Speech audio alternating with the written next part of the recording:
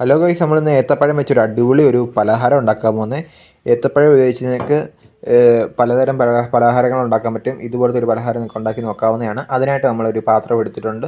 പാത്രത്തിലേക്ക് ഏത്തയ്ക്ക അരിഞ്ഞിടുകയാണ്. തൊലിയൊക്കെ കളഞ്ഞ് വൃത്തിയായിട്ട് കഷ്ണങ്ങളാക്കി അരിഞ്ഞിടുകയാണ്. വട്ടത്തിൽ കഷ്ണങ്ങളാക്കി ഇടുക. നമ്മളോരോ കഷ്ണങ്ങൾ വട്ടത്തിൽ അരിഞ്ഞിടുകയാണ് ചെയ്യുന്നത്. നിങ്ങളുടെ ഷേപ്പിനനുസരിച്ച് വട്ടത്തിൽ അരിഞ്ഞിടുക. നല്ലോണം പഴുത്ത ഏത്തയ്ക്കയാണ് നമ്മളിവിടെ എടുത്തിരിക്കുന്നത്. എന്നാലും ഈ ഏത്തയ്ക്ക വെച്ചുകൊണ്ട് പലഹാരത്തിന് ടേസ്റ്റ് ഉണ്ടാവും. അങ്ങനെ നമ്മൾ ഓരോ ഏത്തയ്ക്കകൾ വട്ടത്തിൽ അരിഞ്ഞിടുകയാണ് ചെയ്യുന്നത്.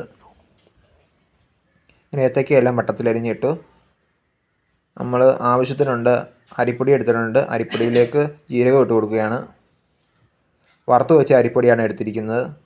അതുതന്നെ ലേശം മഞ്ഞൾപ്പൊടിയും ഇട്ട് കൊടുക്കുന്നുണ്ട്. കളറിന് ആവശ്യമായ മഞ്ഞൾപ്പൊടി നിങ്ങൾക്ക് ചേർക്കാവുന്നതാണ്.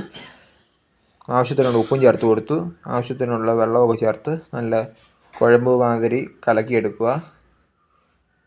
നമ്മുടെ ഏത്തയ്ക്കാപ്പമൊക്കെ ഉണ്ടാക്കുന്ന ഒരു ഫ്രൈ ചെയ്യുന്ന പാവിൻ്റെ പരുവത്തിലാക്കണം. ആ ഒരു രീതിയിലാണ് കിട്ടേണ്ടത്. അങ്ങനെ കലക്കി എല്ലാം ഒന്ന് മിക്സാക്കി എടുക്കുകയാണ് ചെയ്യുന്നത്. ഇതിന് ലേശം വെള്ളം ഒഴിച്ച് നമ്മൾ ആ ഒരു കുറുക്ക് പരുവത്തിലാക്കി എടുക്കുക.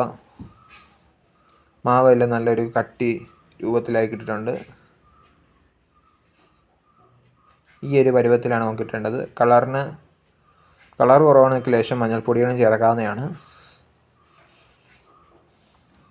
നമ്മുടെ ശകലം മഞ്ഞൾപ്പൊടി ചേർത്തായിരുന്നു കളർ കുറവായത് കൊണ്ട് അതിന് ലേശം മഞ്ഞൾപ്പൊടിയും ചേർത്ത് നമ്മൾ ഒന്നുകൂടെ കലക്കി എടുക്കുകയാണ്. മാവ് ഒത്തിരി അങ്ങ് ലൂസാവില്ല, ഒരുമാതിരി ഇച്ചിരി കട്ടി വേണം മാവിന്.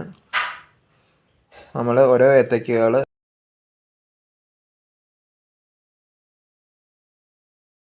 അങ്ങനെ നമ്മൾ ഓരോന്നോരോന്ന് എണ്ണയിലേക്ക് ഇട്ട് കൊടുത്ത് ഫ്രൈ ചെയ്തെടുക്കുകയാണ് ചെയ്തത്.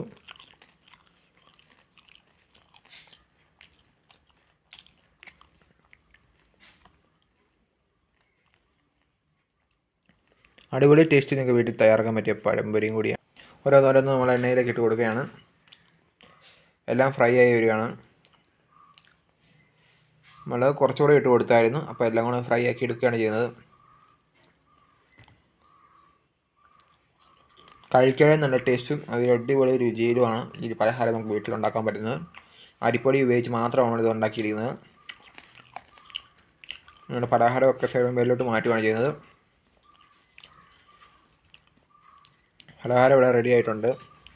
വീഡിയോ ഇഷ്ടപ്പെട്ട എല്ലാവരും മറക്കാതെ സബ്സ്ക്രൈബ് ചെയ്യുക. അതുപോലെ തന്നെ ലൈക്ക് ബട്ടൺ അമർത്തണം. അപ്പോൾ എല്ലാവരും വീഡിയോ ഒന്ന് ഷെയറും ചെയ്യുക.